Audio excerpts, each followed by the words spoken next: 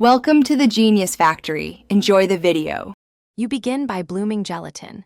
This hydrates proteins so the marshmallow sets properly.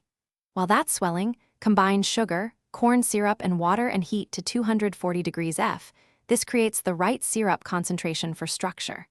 Once the syrup hits softball, slowly stream it into the bloomed gelatin while mixing. This is crucial so air incorporates evenly.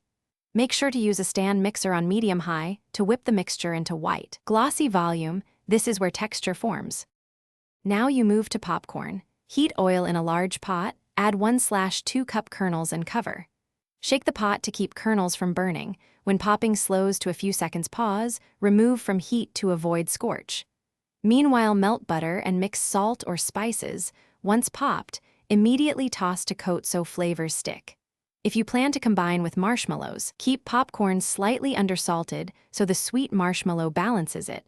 This contrast is why the combo works. To finish, pour whipped marshmallow into a prepared pan, or, if making marshmallow popcorn, fold popcorn into the marshmallow quickly so coating is even. Speed matters because the foam firms.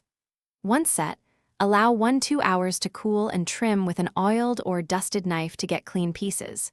If the mixture is too sticky, chill for 10-15 minutes to firm, or dust with cornstarch or powdered sugar to prevent clumping. This small step solves the most common texture problem.